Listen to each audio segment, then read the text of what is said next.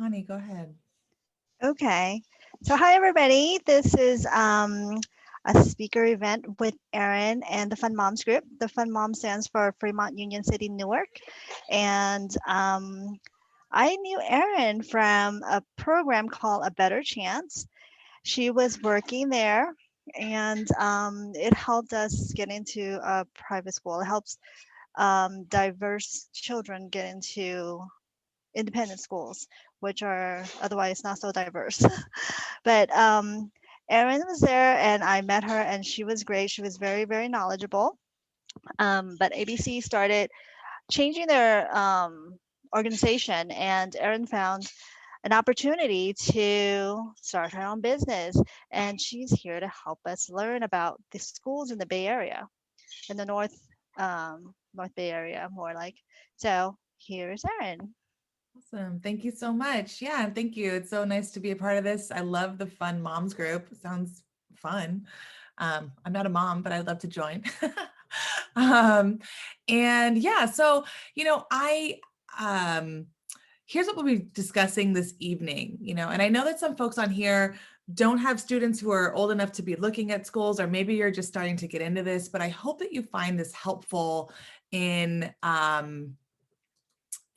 starting to think about school options for your child. So this is what we'll be covering this evening. If you have questions as we're going along, please feel free to type them in the chat. But before we get started, sometimes these conversations are a little bit stressful, are a little bit anxiety producing, and I recognize that. And I also recognize we've all had very long, busy days. And so I just wanted to take a moment to get a little bit centered, to welcome you into this space for the next, 45 or so minutes. And I invite you to use this little graphic as a way to take a couple of deep breaths. I invite you to inhale as it expands and exhale as it goes down. If that feels good to you, feel free to close your eyes or leave them open. But it's been quite a day.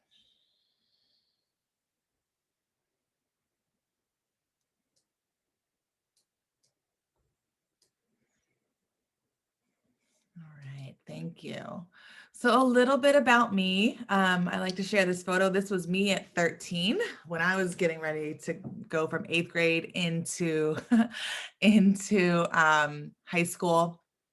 And so just to get a sense of who's in the room, if you're open to sharing in the chat, please share where city you're in, and then what grade your child is in now. So it'll help me to just kind of figure out how to curtail this presentation to make it the best and most meaningful for you.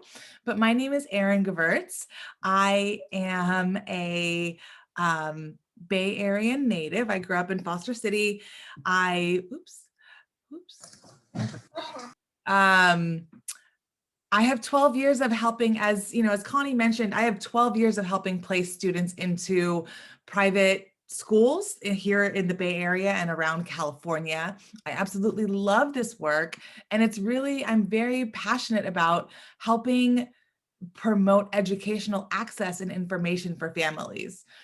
I went to public schools. I didn't know that there were many other options out there. And since discovering this world and seeing how awesome it can be for students and families to really find a school that is a good match for that particular child, I haven't been able to stop since.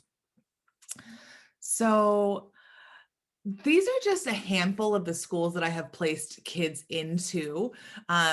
Many of them you'll see are in San Francisco, I have some in the North Bay, East Bay, South Bay, and these ones on the left are high schools, and these ones on the right are middle school. And this is great.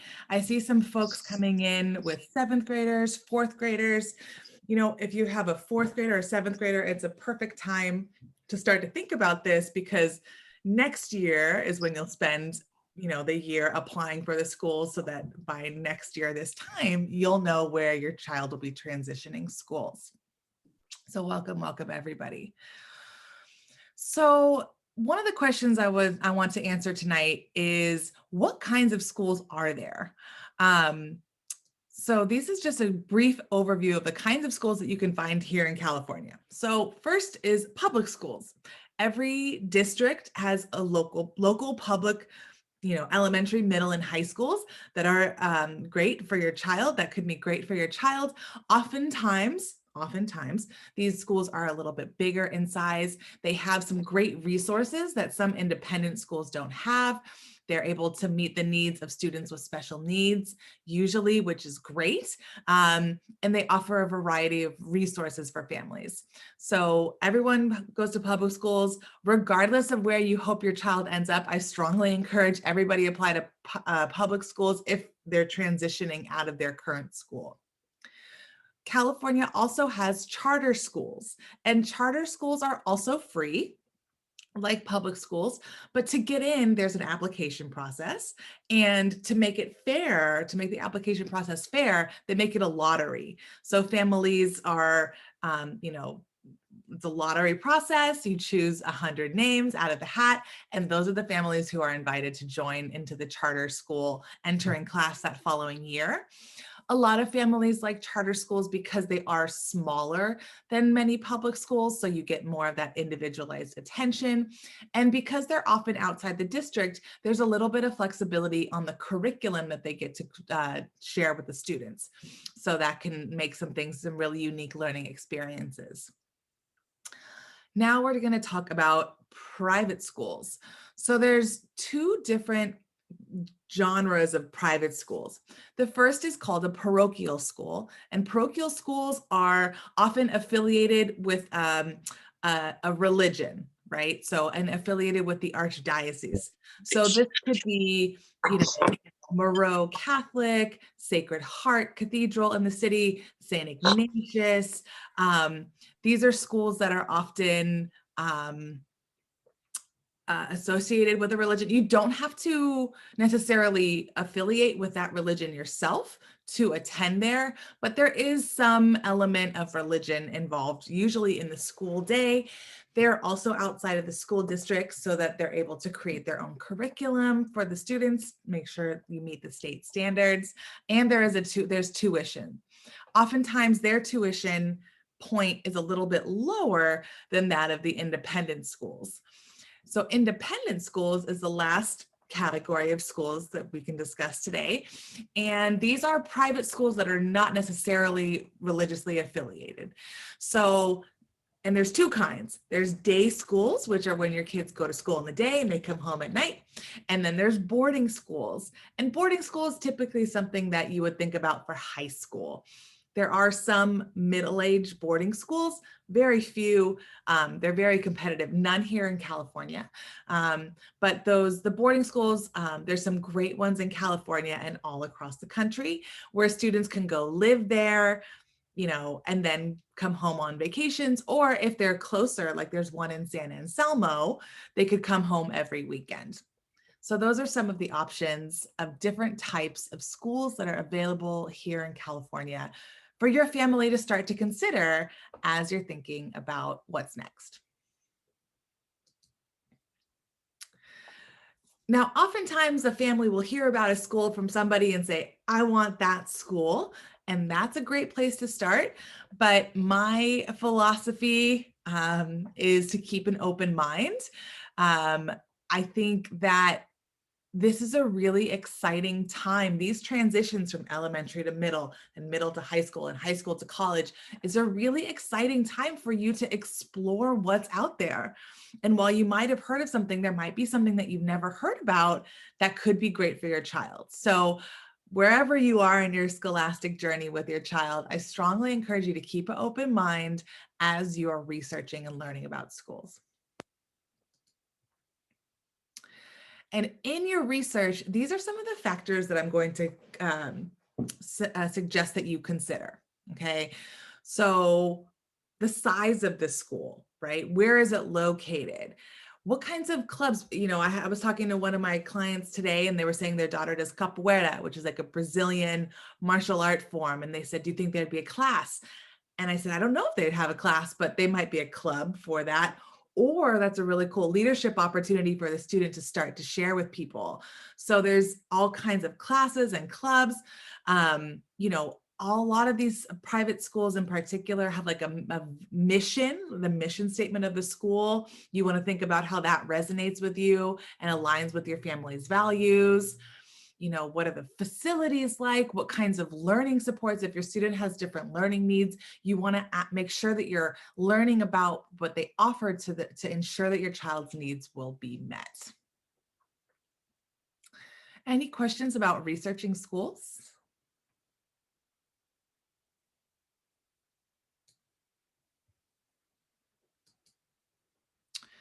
So another thing that we said that we were going to talk about tonight is what do schools look for in students, right?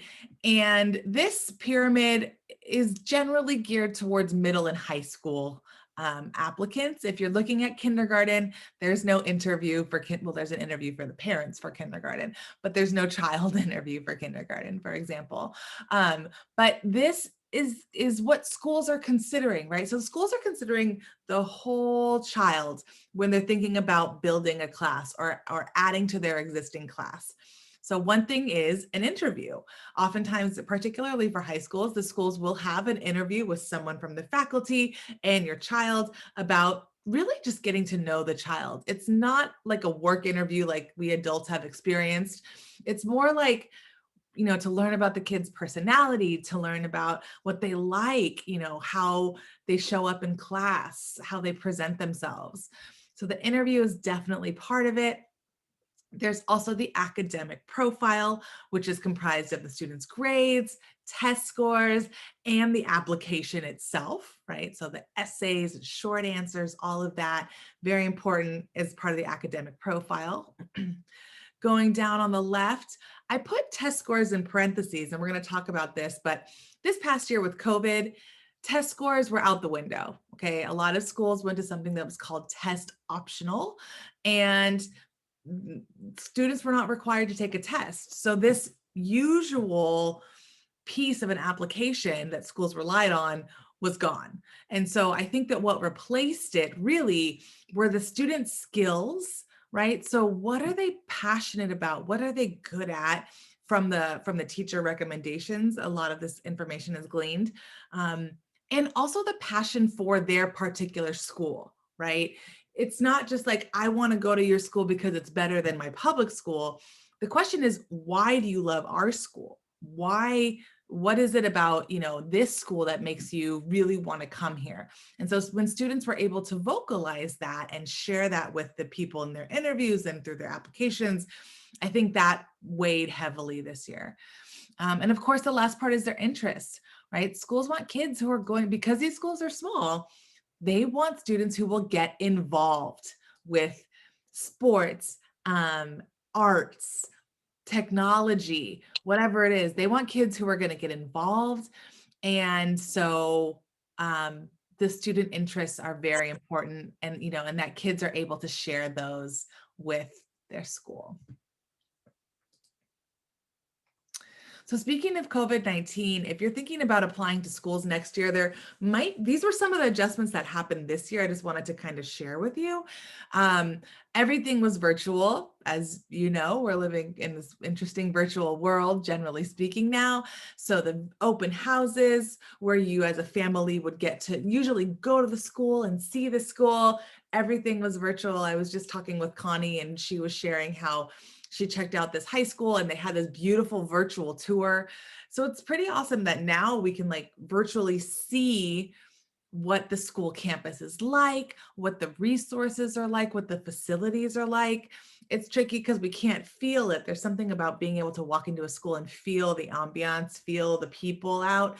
But they were able, through different panels, coffee talks, department head meetings, schools really did their best to present themselves thoroughly to the community, to their applicants. And I think they did a great job. And then the other change, as I just mentioned, was that standardized testing was not really a thing. And this year, schools are deciding what's going to happen for next year, next month. So next month, schools will decide what's going to happen for their upcoming season, and then their websites and processes will be adjusted online, probably like June or July. And so as we think about standardized testing, you know, it's nobody's favorite thing to do. But it is something that for a long time was a requirement of this process. And so even if it's not a requirement next year, I just wanted to touch a little bit on this. There are different tests that students take depending on which schools they're applying for. So the SSAT is the Secondary Schools Assessment Test. This is something that was required by many of the independent schools here in the Bay Area, okay, primarily for applying to high schools. The ISEE was something that many of the middle schools here in the Bay Area were requiring of their students. The HSPT, High School Placement Test, was required by many of the parochial schools. Well, actually last year this one was actually required and everyone took it online. So that will probably happen next year. And then if you live in San Francisco, you know, Lowell used to have a test as part of the application. Hello, are we? Oh no, what happened? I can hear you now. Oh, okay. You were frozen. I'm so sorry. Not your fault. Let's try that again. Close these.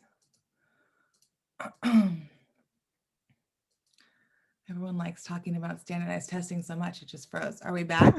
Yes. Okay, I'm sorry. Yeah, so if you're in San Francisco, there's a test for this high school called Lowell, but that, you know, that was even taken away this year as a non-requirement. So we'll see what happens with testing this year. Scores previously mattered a lot more, but a lot of schools didn't receive scores from students this year because it was test optional. So they had to get creative with how they were going to assess the kids. So I wanted to talk about it, but the answer moving forward is I don't know how important it will be for this next year. So we will see. Any questions about this so far?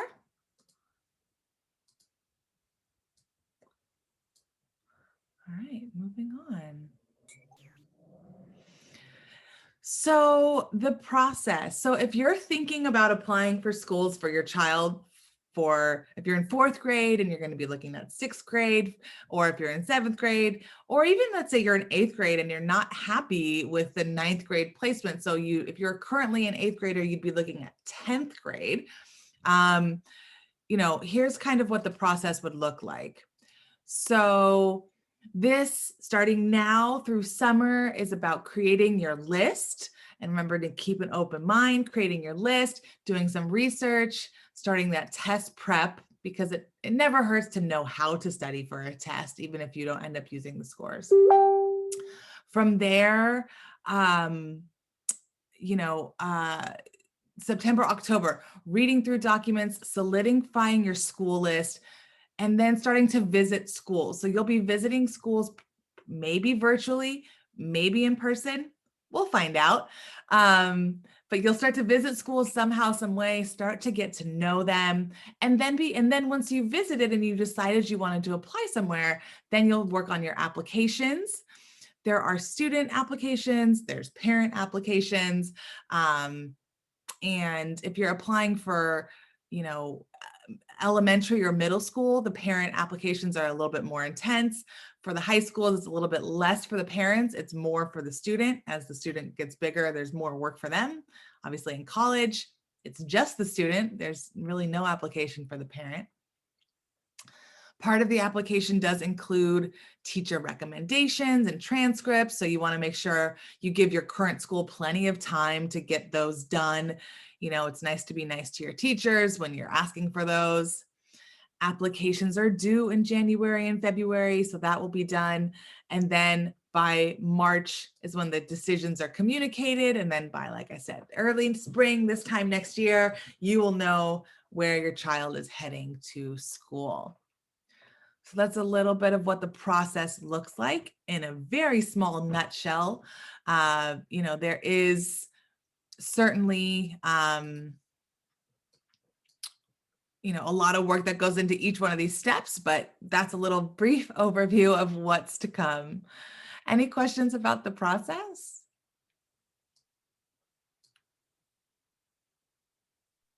Maybe you can add where financial aid goes in if some people are looking into Oh, thinking about applying for that.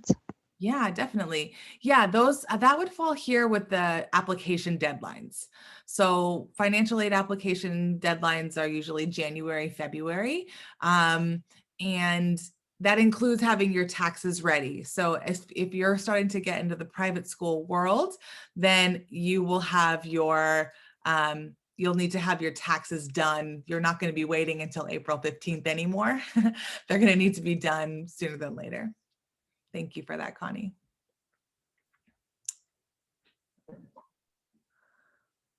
Right. So, Just a question about charter schools. sure. Erin, do you also have to apply for charter schools as well? You do. Charter schools are free, so you don't have to apply for the financial aid for them. But yes, you do have it there. Each school will have its own application, and it's usually not as labor intensive as the private school applications. Okay. And do they also follow the same calendar year as the public school? Do you know? Generally speaking, I think so, but you'll have to it's hard for me. I don't want to say that for sure and then be wrong. But generally speaking, yes. I don't know. I don't know if they're all exactly on the same like break schedule. Yeah. No, that's fine. That's fine. Yeah. Okay. Thank you. Thank you so much. Yeah.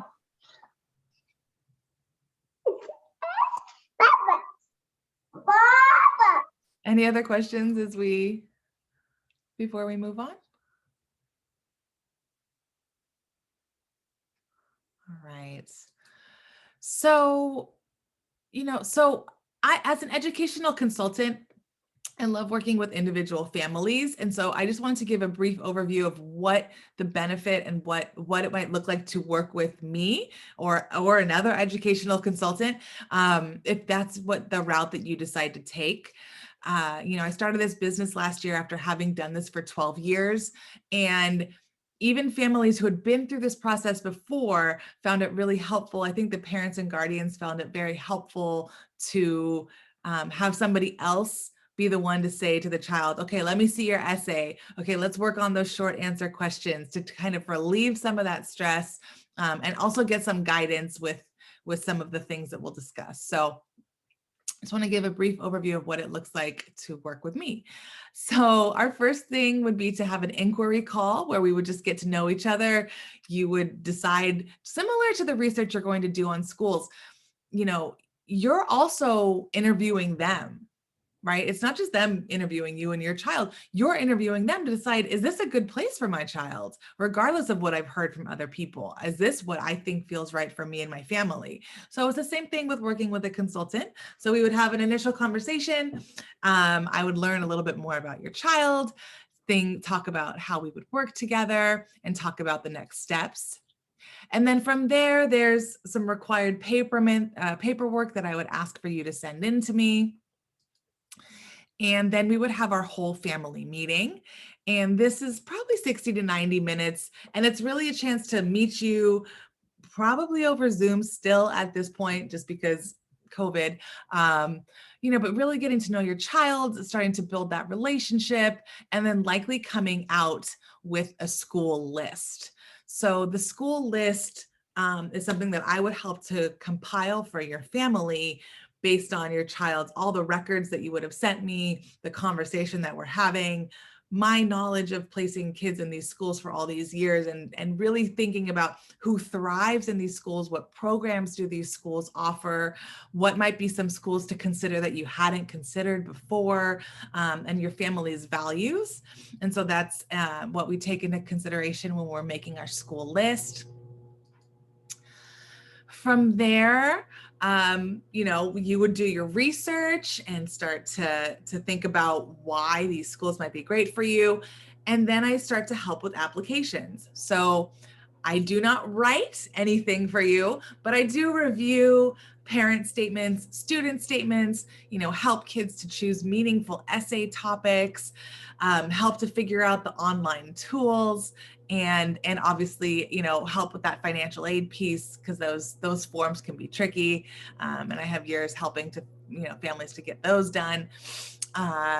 There's also, I love helping students with mock interviews and preparing for those. I have some folks that I've hired who help me do interviews. And then the last piece that's very important is advocacy. So at the end of the process, you've submitted your applications, you are in this waiting period, and I'm talking with schools advocating for your child.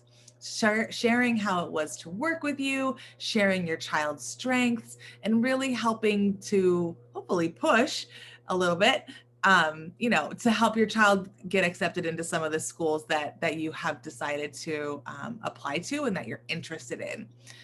So that last piece is pretty important and a big part of what I do for families. Obviously, I can't guarantee anything. I'm not an admissions director. I don't make decisions. My job would be very easy if I did. But I do help, schools let them know who's really interested in them, which is what they want to know. So the way that I work is that I offer families a 10-hour package, and that includes all of these things listed here. And we really tailor it to meet your family's needs. If you're in a better chance and you've already done your application, there's still going to be supplements and extra things that need to get done that I can help with. There's still going to be those interviews. I can help you to make sure that your school list is inclusive of what you're really looking for. So that's the way that I work with families. And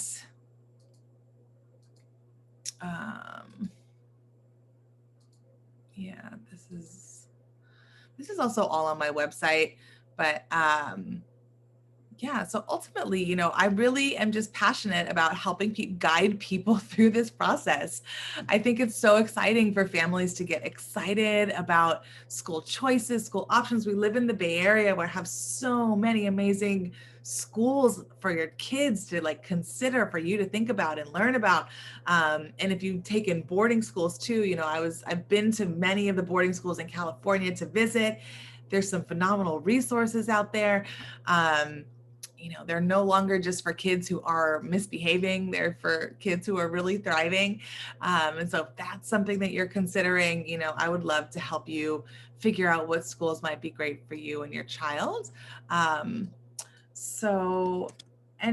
any questions about that?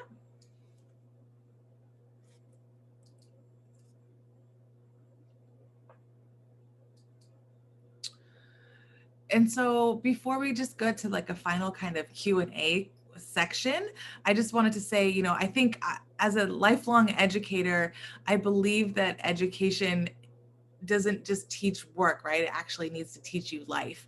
And regardless of where kids end up after going through this process, I think students and families learn a lot about themselves. They learn a lot about how to present themselves, how to brag about themselves, right? We often tell kids, be humble, don't brag about yourself. But in this process, just like when you're applying for a job, you need to know how to hype yourself up and share your strengths and share what you're good at. And I love seeing kids grow through this process. So I'm going to stop sharing my screen now and open it up for questions.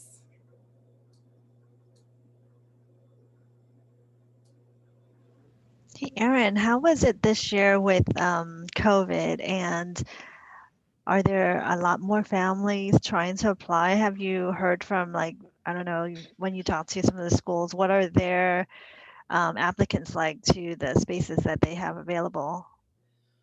Good question. Yeah, so this year with COVID, applications were about the same as last year, a little bit lower. So last year was a huge year for applying to private schools for some reason. 2 years ago. And this year was a little bit beneath that, particularly for the independent schools. Still a lot of interest, still a lot of families, but it was about the same as the year before. So it didn't really rise. What did rise, was boarding schools. So a lot of families were very curious about boarding schools because the boarding schools were in school. Like kids went there and then they were there. They were in school the whole time, which is, great. So that's part of what it was. And then parochial schools also had increased admissions. I think their price tag on the front end seems a little bit lower and a little bit more accessible.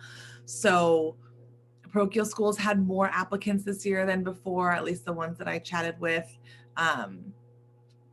But the other thing I'll say now that we're talking about price is that don't get discouraged by the price tag of a school, right? We live in the Bay Area, which is a very expensive place to live.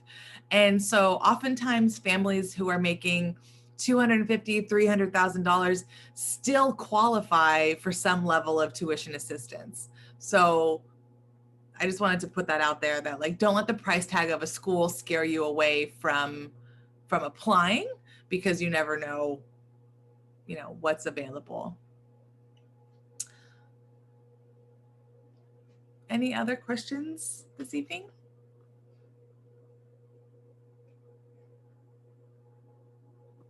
Feel free to unmute yourself, or you can just type it in the chat. Okay, hello, Erin. So here's a Cassie. So first of all, I just wanted to say thank you for hosting this, and also thank you for all the information. I just have a question regarding this school application process, and I'm very interested in the coaching work your team could provide. So I think in my case it's my daughter is currently 2 years old. Do you think it's too early for us to start considering, or just because my understanding is, if you want to get into a top program in the Bay Area, it's super competitive. Just what would you recommend? Is it too early, or it doesn't hurt for us to start searching early? Yeah, that's a great question.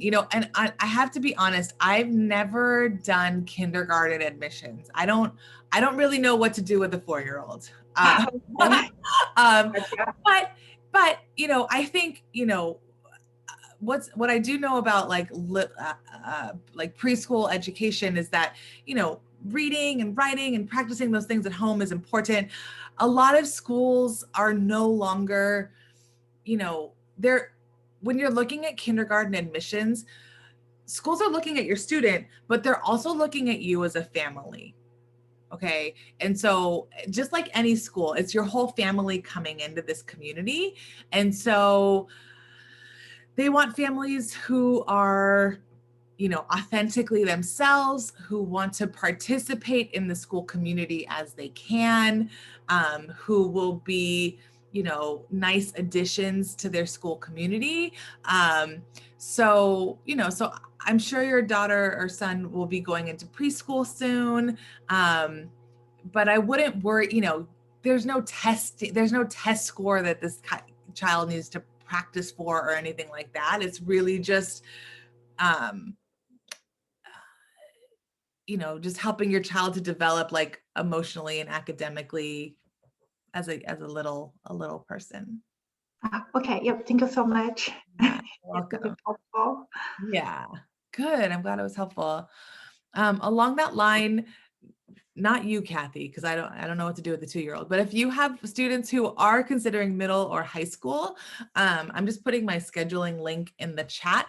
So you're welcome to schedule that introductory 30-minute call with me if you want to have, some one-on-one time just to chat to see if I might be the right match for your family. I have a question too. Yes. Kavita, do you want to go first? That's okay. You can. Okay. You can go ahead. I was wondering if my son's in kindergarten, but he's in public school. I really like his school. His program's great.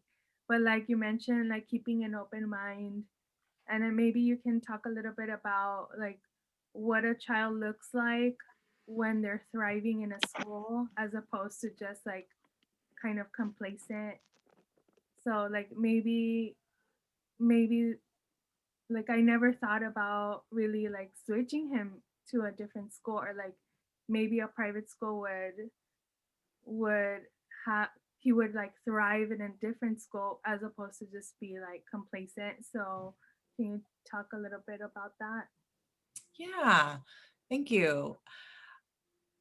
First of all, I'm happy to hear that he loves his school right now, right? I think that that's a great start. I think that that's part of thriving, is loving the environment that you're in now. And it's probably been virtual this year for kindergarten, which, it's been a rough year. So hopefully next year when students are in person, it will continue to go well.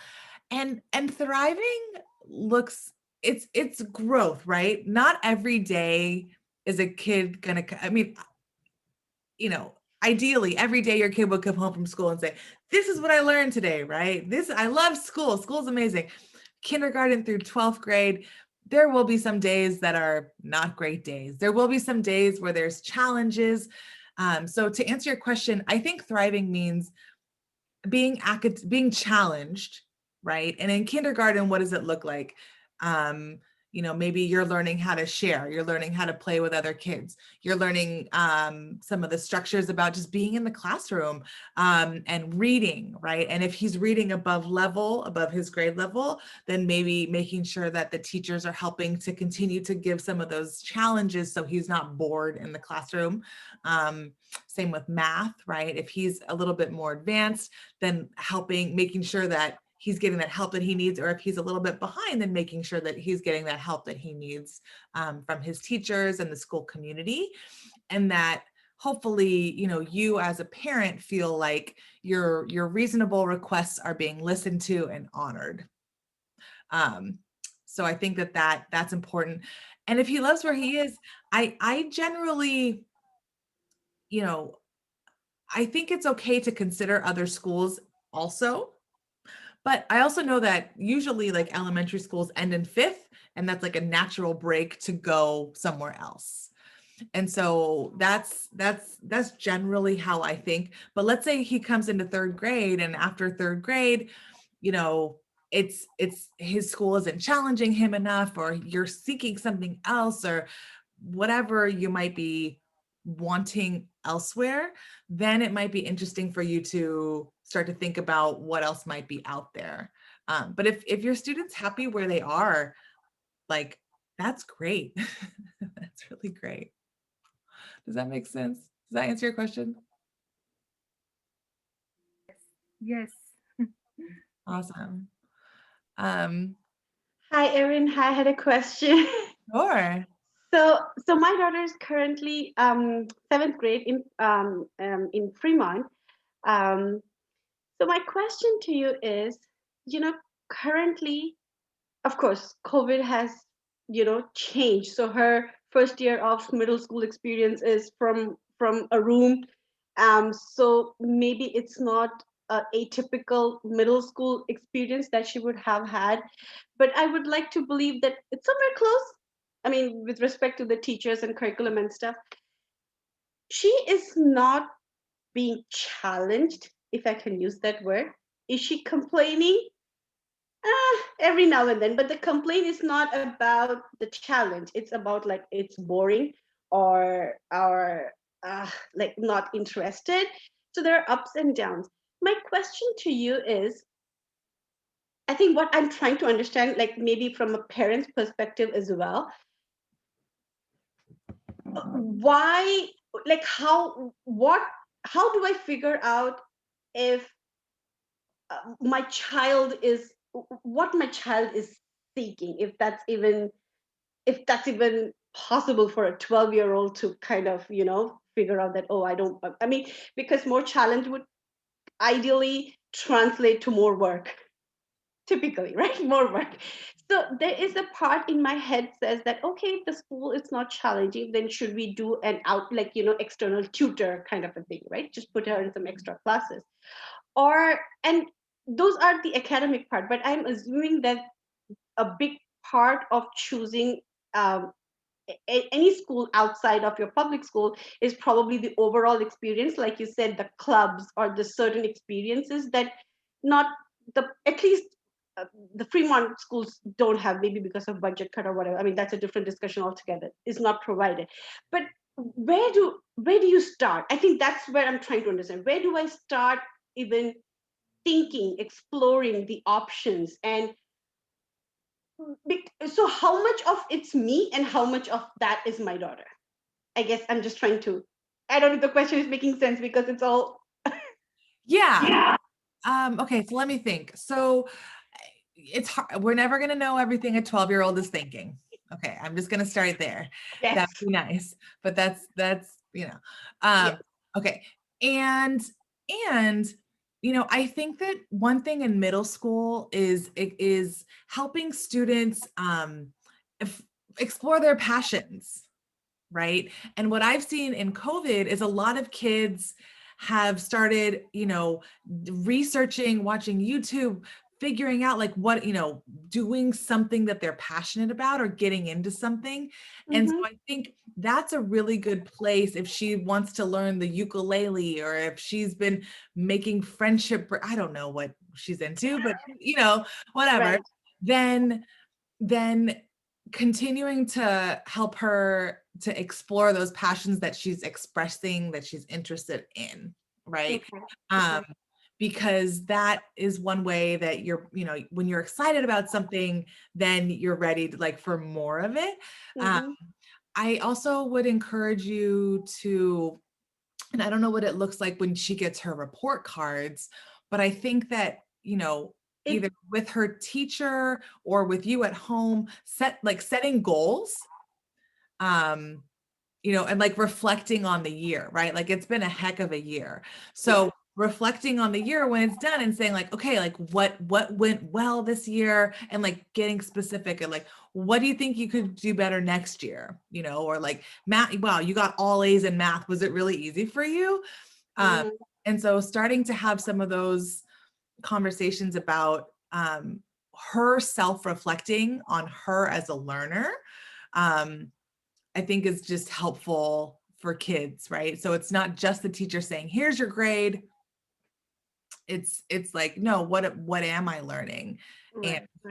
And am I being challenged? And then also the last thing I'll say is and I don't know how this works in COVID at her school, but encouraging her to step into leadership somewhere. So maybe it's on a sports team, or I don't know if there's virtual clubs, the middle school I work for, there are like virtual clubs or virtual like groups that the kids have. So, what kinds of like leadership could she take on next year to, if she, for example, ukulele, if she loves her ukulele, like maybe there's other kids who love ukulele, maybe you could start a ukulele club or something like that, so that she's taking on some leadership somewhere, would be my other, thing to consider. Okay. Thank you. That really helps. Some starting point to have conversations, I guess. Absolutely. Yeah, definitely.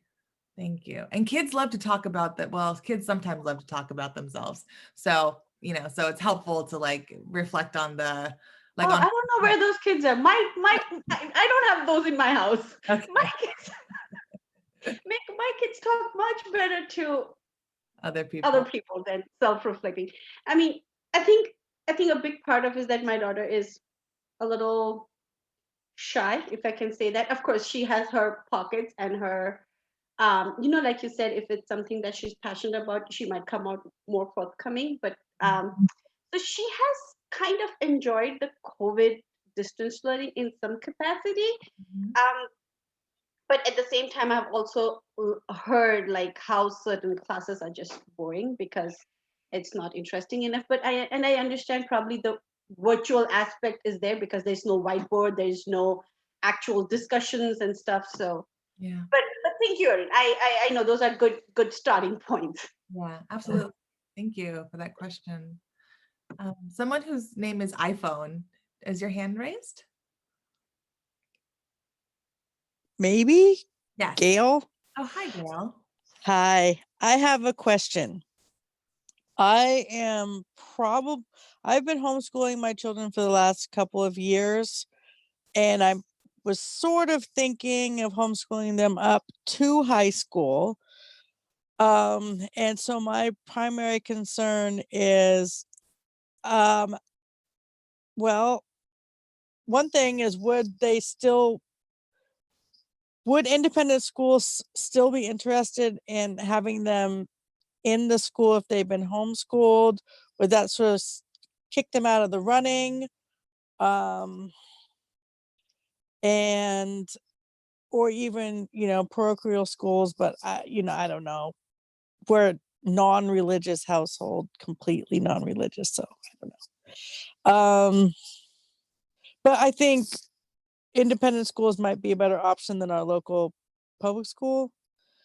So I was just wondering whether choosing to continue to homeschool them up to 9th grade would make it so they were not eligible, basically.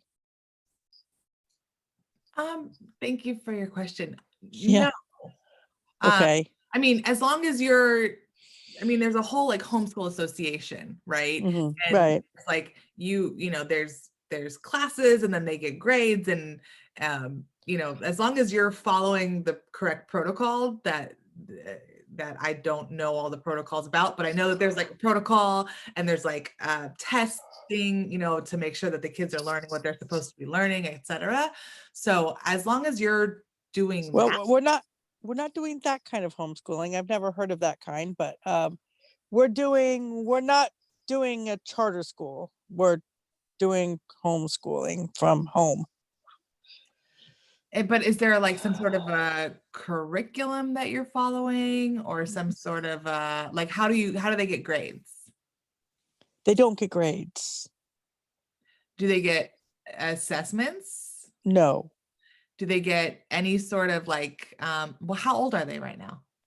They're 5th grade. They're about to end 5th grade. They're going into 6th next year. Okay. So there's no like measurement of any sort? No. Okay.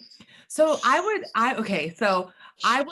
look in I would in that case I Yeah. would look into a little bit more and maybe even reach out to some schools and be like, what would you need from my child? Because if there's no grades Mhm. and then there's no assessments, there's no like log of what the kids have learned, then it's going to be hard for schools to say, yes, I think this child will do well in my school. Oh, they have workbooks that have all their work from each year that's completed, Sure. but it's not an assessment. Okay. Yeah. I mean, I would check in with some Just check in homeschooling with the school. like associations also, like, and just see, I don't know if it's accreditation or what it's called, but I know I've had kids when I was at A Better Chance, I had kids who were homeschooled, who got into my program, who had grades, right? Yeah. And then we were able to help them transition into a private high school. But Okay. they will need to start to have some grades and some of the private schools, they don't do like A, B, C, D. It's like a reflection. Proficient. Yeah. Yeah. Or just like a Mhm. reflection of what have you learned and, Mhm. what do I need to do better? And those kinds of Okay. So yeah, Okay. so I would definitely take a look into that to make it more translatable, because you're not going to send a workbook to a high school and say this is what Right. in last year. It needs to be somewhat translatable for schools, like a transcript. Got it. Okay, so create a transcript for them. Okay. Yeah, and I'm the only teacher I was going to be giving them grades on the transcript, but yeah, okay. because there's some other, there's other homeschooling things where you like they get other teachers and No, Okay. that's nothing like what we're doing. Nothing. We're doing the one that costs no money. That's the kind we're doing. So we just registered ourselves as a private school online. Oh, interesting. That's one. So we're a private school Okay. with 3 students. Wow. Yeah, So, that's amazing. yeah. So I would just check in with some of the schools and ask. what- Okay. All right. Thank you. You're welcome. Mhm. Sean or Shan? Hi, Shan. Hi, Erin. This is Shan. Hi, Shan. I moved from Midwest to Bay Area. So I'm just curious to know how the public school syllabus or the curriculum is different from the private school. Like, will that influence to get their college seats, or how does it make difference? Good question. Thank you. Well, the biggest difference is that private schools get to make their own curriculum. So every school in California, there's the state educational standards. So every school in California has the goal of helping students achieve a certain level of standard each grade, each year. Now, private schools get to decide how they want to do that. They get to kind of create their own classes and decide how they want to do that. And the public schools have, it's not like a specific, sometimes it's a specific curriculum decided by the district that, we're going to use this book, we're going to use this history book, we're going to use this math book. So that is how they make sure that they reach the standard of the school. That said, kids, I think that if a student is motivated, they can reach high levels of academics regardless of where they go to school. And so public schools often have like AP advanced placement classes or honors classes in high school. Some private schools don't have that exact class, but they have other classes that would be comparable to that. So the biggest difference is that the private schools get to make up their own curriculum, and the public schools usually have to follow a guideline of something. Does that make sense? Does that answer your question? Yeah. So each private school have a different curriculum on their own curriculum, right? Mm-hmm. Okay. Mm-hmm. Okay, that's interesting, because in Midwest, I don't see any private school over Yeah. So when you go to their there. websites, they'll have a whole, like our courses, our classes, they'll have all their classes listed for you to see what like a sampling of them are. Mm-hmm. Okay. And is there a portal to check how many public school or private schools are in Bay Area? Because it's entirely new to me, so I'm just trying to learn how to approach the schools, like the private school, the independent schools and all. Yeah, so you can look, you can look at great schools. I don't love this website for, okay, we all know that Yelp is Yelp, right? You're going to get the good with the bad. But greatschools.org is great because it has a list of all the schools. So you can like search by area. So that's a good place to start. And then from there, you can go on and do your own research.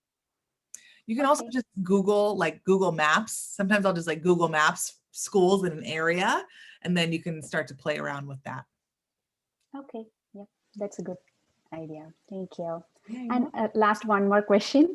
Sure. I need some insight on transition kindergarten. Do you have any points on that? Because my toddler, she is born in September. Here, the school cutoff is September 1st. She is like 5 days. It's fine. So, I few people suggest I can take the assessment to get her into the kindergarten. But few people say it's okay, you can wait for 1 more year. I'm not sure which one works right. So I just want to know about that. Yeah, there's no harm in waiting. From an educator's perspective, there's no harm in waiting. It means that she'll be like the oldest in her class. She'll be mature. she will, it's like, if I had a child, I would rather them be the oldest in the class than the youngest in their class. Just, Okay. that's just how I feel. People are going to disagree with me. So but you're asking me, so that's what I feel. But TK, so my bet is that if you go to greatschools.org, you can see which schools have TK, and then you can start to reach out to them. Yeah. Because I don't know like all of them. Okay. That's fine. Thank you so much. Sure. Angela, you'll be our last question. Hi, Erin. A quick question about like private school, high school graduates.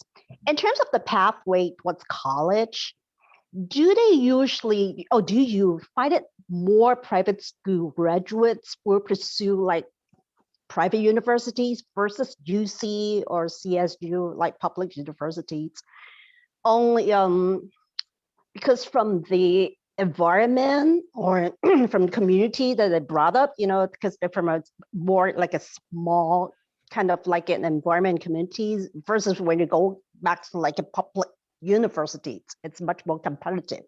Do they usually see like fit well or fit better in the private universities versus public?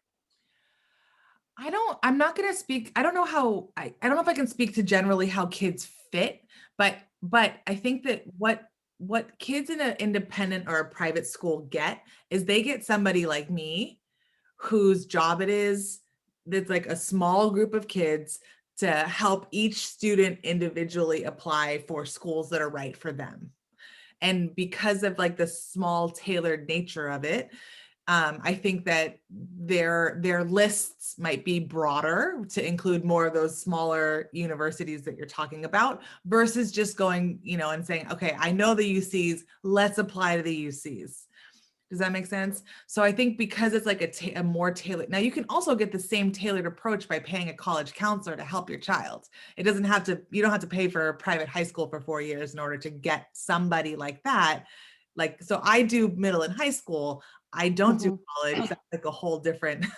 Right. But there are many people out there who do college placement. Right. And so those folks are able to help you tailor your list based on your child's passions and interests and hobbies and all of that. And so then if you want to be an architect, okay, let's look at these schools based on your grades and your test scores. Here's where I think you have a good shot of getting into. Here's some reach schools. So I think because it's more tailored, kids might, there's one thing about it being tailored. And then I also think that generally speaking, it's not first generation like college going kids who are going to independent schools. So they're probably, because if your parents have gone to college, your grandparents have gone to college, it's like built into your family. I think in public schools, super generally, there's it's serving a different population.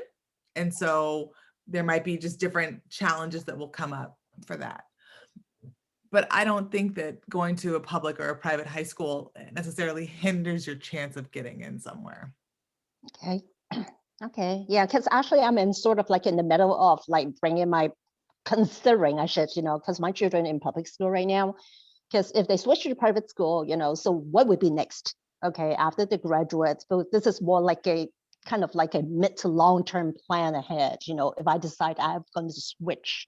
So that's why it's kind of like this questions kind of like pop up, whether it will be less competitive for them or will they be just as competitive as other students, whether they're graduate from public school or where they fit well, after like from a little, cozy kind of like a school environment versus going to, it's a very competitive environment. Yeah. And I think, your kids, going into high school, you want your kids to do well, right? But ultimately, like going into high school and by 10th and 11th grade, you have an idea of how competitive, generally speaking, your child's going to be with stuff, right? Are they involved? Are they taking leadership opportunities? Are they playing sports? Are they doing theater? Are they getting like, what are they doing? And how are they doing in school? Do they love the challenge? Some of those really competitive schools are those kids who like thrive on challenges. And there's other kids who maybe, I mean, they like challenge, but it's not, you know, that's not what where they should be. And so I think that similar to this process for, you know, elementary, middle, high school, for college, it's the same. It's like, where am I going to go thrive, right? What's that? So, yeah. Okay. All right. Thank you, Erin. Yeah, you're welcome. I do want to be respectful of everybody's time, and thank you all so much for showing up this evening. It's been great chatting with you. I enjoyed your questions. It's always nice to connect with new people. So have a wonderful night, and thank you for coming. I'm gonna